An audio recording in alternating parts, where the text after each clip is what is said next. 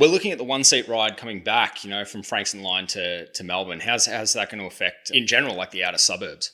A lot of these outer suburbs, like Frankston, are really going to see a significant growth in their marketplace. Now that the metro tunnel's done, and there's the timetables have been obviously rescheduled, a lot of things have been put in place, extra train rides have been put in place as well.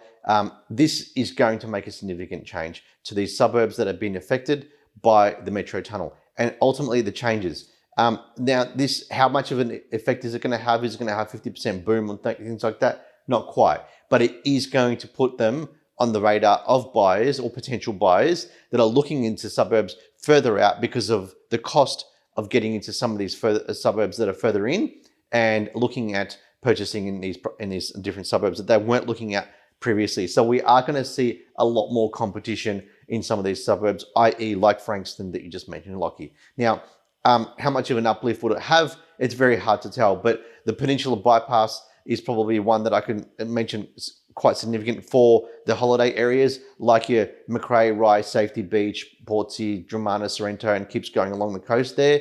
The Peninsula Bypass had humongous effects. And we were seeing numbers of like 30, 35, 40% growth in a lot of these suburbs because they become a lot easier to reach. They weren't chaotic to get into. With going along the beach there, along the coastline to get into some of these suburbs and taking hours and hours sometimes during the holiday peak times like we are in now.